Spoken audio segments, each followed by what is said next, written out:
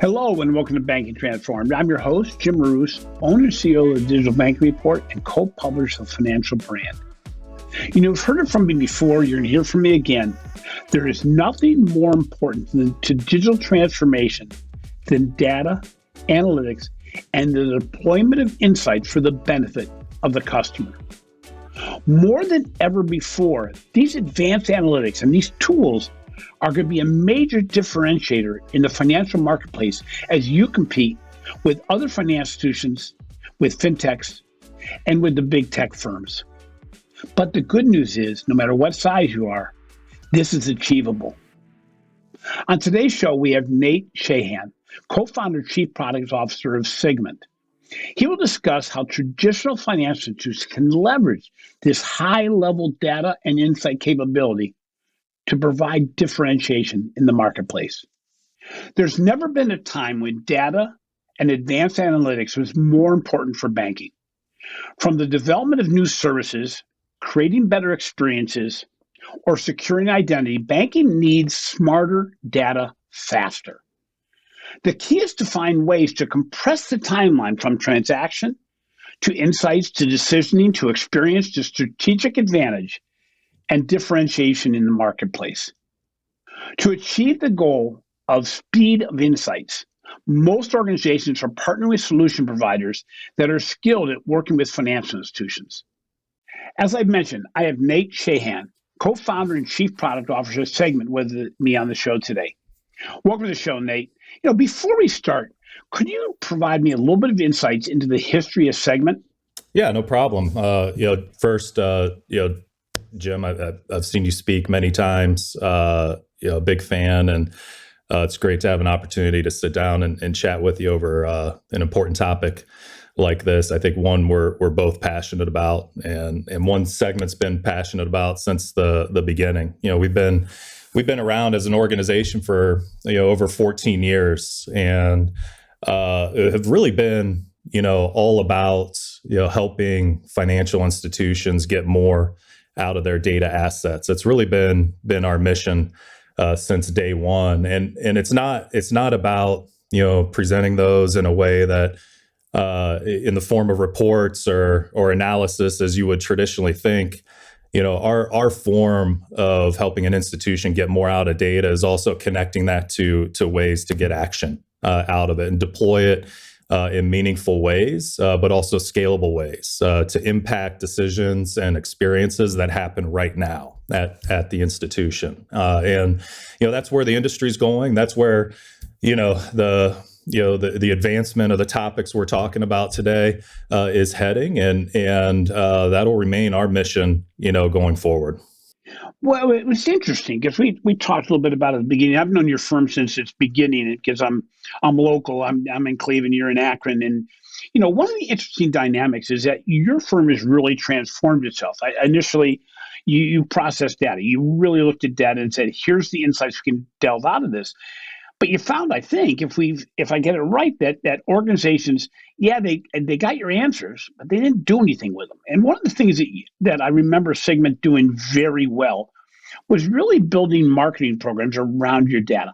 How important is that to the whole dynamic of your partnerships with financial institutions, being able to take data, analyze the data, and actually provide organizations with ideas that they can make money on the data processing you do? Yeah, that's so key. So many of our clients and partners, especially from a marketing perspective and an engagement perspective, so many of them are just like everyone else in the world, right? Low resources, low staff, minimum technology investments and capabilities, and so you could produce the best insights and intelligence about their customers or members for a large majority of the market, and hand it over to them, but that really doesn't cover the last mile, right, to the customer. And so we believed early on that we not only had to create intelligence and insights and meaningful understanding of customer not just out of data at the institution, but the most difficult data available to work with at the institution, which is that, that understanding of spend and transaction analysis. And we felt day one that we had to offer an automated way, once those insights are derived very quickly from the movement of that data, day over day or real time as we're receiving that data, to deploy it instantly through automated capabilities around customer engagement. And so those small staffs, those limited resource teams within our client base can really benefit from the things that the giants in the industry are doing around data and engagement. We felt it was necessary to deploy that capability turnkey, allow them to engage with their customers as they're interacting on digital channels. They've made these massive digital investments, right, to expose to their customers, whether that be digital, mobile banking, customer service applications, chatbots, or whatever the case may be. They've made these massive investments. They're getting great data out of it.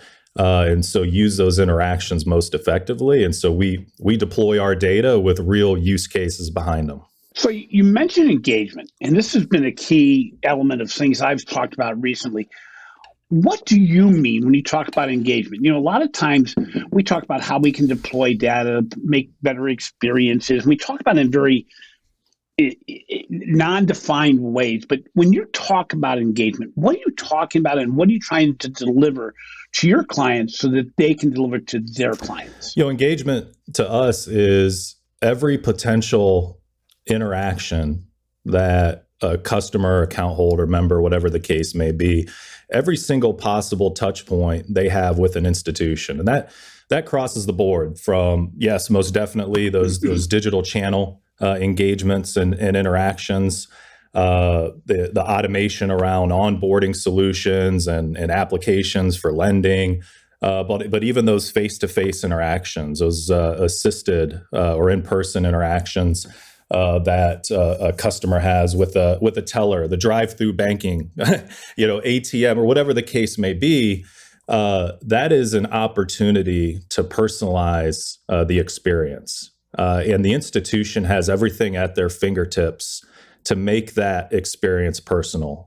And there's so many clues within the data that our client, the customers of the institutions are providing the institution through leveraging their banking products, utilizing their card products or their digital engagement platforms. There's so much valuable data there to personalize that interaction and that experience in a meaningful way. And so that's what we mean is getting the data and the recommendations to really make those experiences as personal and meaningful as possible to the front lines, really covering that last mile between data and customer. Boy, that's a great description, because it's more than just the personalization. It's actually trying to determine the journey that a person has to take to get to their financial goals. And it's getting easier and easier. How do you describe AI and machine learning being used today in the financial services space? And how does that differ to what it was used maybe even 2 or 3 years ago? Yeah, I think it's very common just for anybody that's in the industry, our heads to go to when we think about AI and machine learning, kind of go to the applications of that around topics like business process automation or customer service automation and applications, Alexa implementations, for example, or chatbot implementations.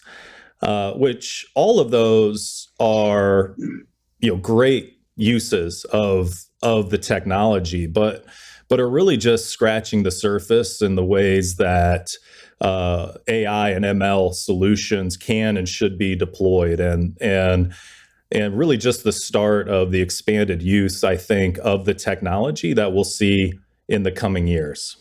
What feature does a good AI modeling platform actually entail when you're talking about a customer experience as opposed to the security or risk assessments? Data is being produced in droves by account holders, customers, and members of the institution, more so than we've seen in history. and tomorrow we'll say it was produced more than it was yesterday. A lot of that is largely in part of a great adoption of technology and banking products, specifically digital banking solutions and automated banking solutions that are made available to our customers at the institution. Ultimately, though, the results of using those are producing more data than ever before, and in many cases, poor quality of data. So when you mix, new tech with legacy systems, the output of that is oftentimes very difficult to work with data, but very valuable data. And so, traditionally, AI modeling approaches, I would say oftentimes spanned several weeks or months to get value out of them, specifically around leveraging ML for predictive modeling purposes. And so traditionally, there was that step of data acquisition, figuring out what data assets are critical for a prediction about a customer. Actually building the model against that data requires clean and rich data. Usually once you identify the data assets, they're very difficult to work with, or oftentimes difficult to understand. So you have to prepare that data once you get it to really be useful to the model itself. Then you test the model, optimize the model, deploy it into market, and then you go through the same rigorous approach of collecting data again to see how the model performed. And so that is, don't get me wrong, a useful approach, and for many uses and needs within the institution, still viable and necessary. But a good AI platform and approach needs to also offer a faster moving solution, something that moves as quick as the data is moving and being produced by the customers and account holders. And so what you want to do in those cases is deploy a platform that has automated approaches to data enrichment, because again, the data quality that's being produced in volumes is not the best, specifically when you look at transaction level data. It's oftentimes, once it lands within the core of the institution, in a state that's very difficult to work with and understand. And so it needs enrichment. And so automation around data enrichment, and then automation around model predictions, and the ability to deploy those audiences that are derived from those predictions to the channels and syndicate that data to the channels that our customers are interacting with in a very automated way is all key. And so the big picture here is automation around AI, and being able to instantly detect how it's going and automate the optimization process. It's interesting. Financial institutions, there's not one that doesn't have a ton of data. The challenge is almost every financial institution knows that they're not using it the best way. They're certainly not structured the right way. And it certainly isn't being used and deployed the right way. But except for the top, I'll say 10, but probably in the top 5 for financial institutions, the skill sets to make data actually actionable and showing how to take action is really a weakness. So what should a financial institution look for when they're looking for a vendor, number one? And number two, do they have to wait until their data is really in good shape, or should a vendor be able to help them get there? That's a great question. And specifically the second part of that question, we've seen over the years, the I guess the habit or desire to, really, contain the problem. What I mean by that is, because there's so much data, we saw over the last 5 to 10 years, a big push by many financial institutions to feel like, hey, I have to contain my data in a location, at least get it organized, right? Through data warehousing solutions, data lakes, data lake houses. Tomorrow it'll be called something else. And those are meaningful task and produce a lot of value for the institution, but is not necessarily a prerequisite that has to occur before getting value out of this data that's flowing through the institution. And so, what I would look for or recommend for anybody looking to take meaningful steps in this direction is and are evaluating vendors is really dig into the data that the vendor will utilize in their approach. It's specifically the data assets that they're looking to consume within their process and their technology. Traditional approaches around AI, predictions, predictive modeling, and so on, really rely on slower moving data signals. Things like month-over-month balance changes, or what were the number of branch visits that occurred, or teller interactions that occurred. All useful data in making predictions, but modern techniques really thrive on what we consider being the most valuable data produced by account holders in large volumes, which things like spend level data, so the actual transactions that are occurring on these accounts with specific merchants or competing financial institutions, as well as some of that channel interaction data, right? The signals that are available through how we behave on those digital experiences that are being consumed by the account holder. And so really digging into the data assets that are being utilized in the process, they very much should include those difficult to work data assets, work with data assets that occur in volume, like transaction level data. And so I would ensure that they're consuming that type of data in their predictions and in their process. And I would ensure that they have automated approaches to distilling that data into something meaningful and useful very quickly as it occurs. 3 months is too long to analyze and enrich a transaction to prepare it for a model. You got 3 minutes, right? Make it work right now. And so, those are two key areas that I would focus on from a vendor assessment perspective. From your perspective, but also things I've seen, you keep on referencing speed. And I think organizations really underestimate the importance and the prioritization of speed, not just speed from data analytics to action or deployment, but speed of the decision to select a vendor.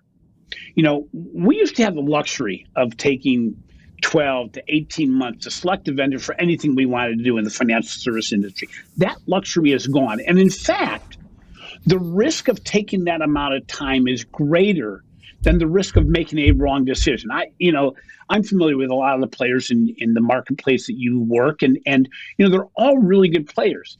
It is better to make an imperfect decision today and change it than to try to make the perfect decision 12 months from now, only to find that decision probably is different if you make it 6 months from then. So, find the partner, find somebody you're comfortable with, and make the decision today to move forward. Because honestly, in the traditional financial services industry right now, the amount of time that you wait to do something is killing you. I mean, the reality, and you talk about even the decisions around what you do with the data you get. I reference often a GPS system that, if you're getting data back from your GPS system every hour as opposed to every minute, could be 60 miles away from the place you wanted to be and on a completely different route if you're only getting data that frequently. And people are now used to instantaneous ideas on what you should do proactively to avoid a problem in the future. And that analogy of the GPS system works really well in financial services, because I don't want to know what's already happened with my account as much as I want to know what should I do tomorrow to make it so that my financial wellness is greater. And again, one other thing I'd mentioned around picking a vendor is pick a vendor that already has case studies they can deploy almost instantaneously to bring you victories. And I know that's one thing that your firm has really emphasized in the past is you have a lot of case studies on things that have worked.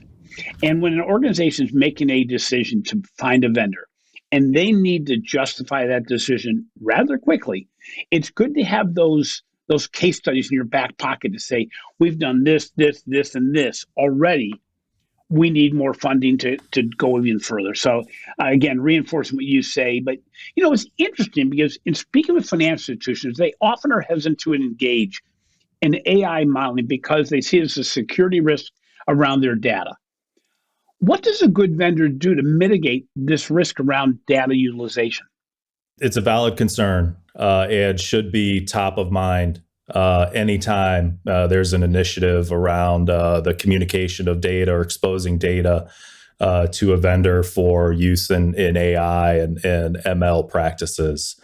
It should be. It should remain that way. It should always be top of mind. But the thing I want to point out first and foremost is there's really no substitute for a well implemented and rigorous security and controls program around data. And even if a vendor isn't collecting what is maybe considered sensitive or personally identifiable information from the institution, they should have controls in place as if they do. And vendors should really care for the data as rigorously and with as much discipline as a financial institution does themselves. So, take them through that process and ensure that fundamental is there. But even when that is there, when those capabilities are there with the vendor, it shouldn't be a license to deploy personally identifiable information everywhere. And so what I mean by that is if the job can be done, if a prediction can be made without the need to share personally identifiable information, then you shouldn't share it. There's no need to do that with today's modern technology. And so why put PII and sensitive data in harm's way if it really isn't necessary to the process or the use case in the first place? But if PII is necessary and key to the strategy, then consider a vendor that is utilizing ways to obfuscate and protect that personally identifiable information through what we consider modern approaches. One of those is through tokenization of that data. Ensure that they have the ability and technologies in place to tokenize that data if it must flow into their technology ecosystem. We recently announced a partnership with who we consider not just in fintech, but just in the technology industry in general, a company called TokenX, whose entire business is centered around the ability to tokenize sensitive data and let it flow through innovation and technology ecosystems in a very efficient way. And so make sure that that vendor offers at least the capability to tokenize that sensitive information. Lastly, the last thing I'd look for is to ensure that the vendor offers capabilities where those capabilities can be brought to the data, where it resides within the institution and their cloud environments today, in a situation where either due to large volumes of data or the sensitivity of data is probably best not to leave the walls of the institution. And so work with a vendor who's using, again, modern technologies that allow their platforms, their analysis, their predictions, their models to run in the controlled environment of the financial institution, and which is, you may have seen recently, we announced a partnership with Snowflake. We're building our analytics capabilities on that platform for just this purpose and reason. High volumes of data,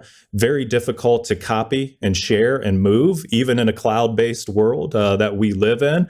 And it's, there's a lot of sensitivity around spend information and how people are spending their money that should remain private. And so bring the technology to the data using capabilities like Snowflake or similar platforms. It's interesting. Throughout your whole history as an organization, You've really been focused on what I'm going to call the next level of data, more than just balances and things of that nature. You've really been focused on transaction data, which is just massive amounts of volume, but it's sometimes hard to get your arms around.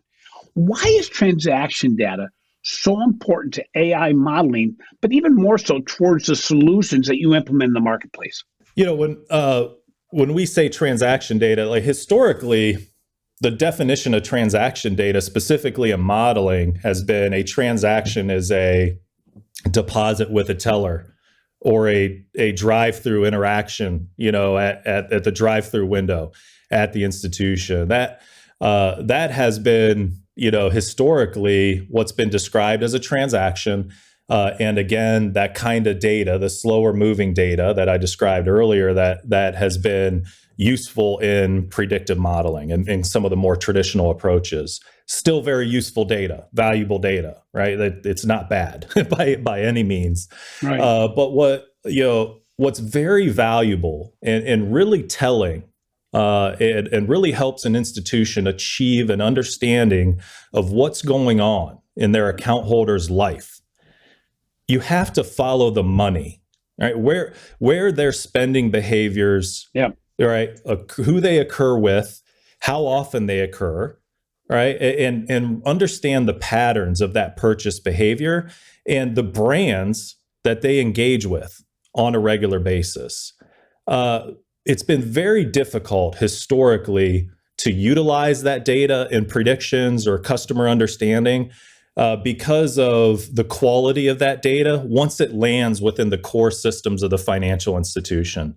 The merchant information that's available, really understanding where the purchase took place, that data has been truncated, manipulated multiple times through the payments ecosystem from swipe to core, that it's in many cases a complete mess at that point in time. And so it's been very difficult to leverage that data in these predictions because it is produced in such high volumes and poor quality. And so what's unique about the approach that we've brought to market is the ability to distill that information, enrich it, and really tag it with supplemental data to make it more useful for not just a machine, but also human. And so in order to get a real understanding about what's going on in someone's life, you have to understand where and why the money's moving.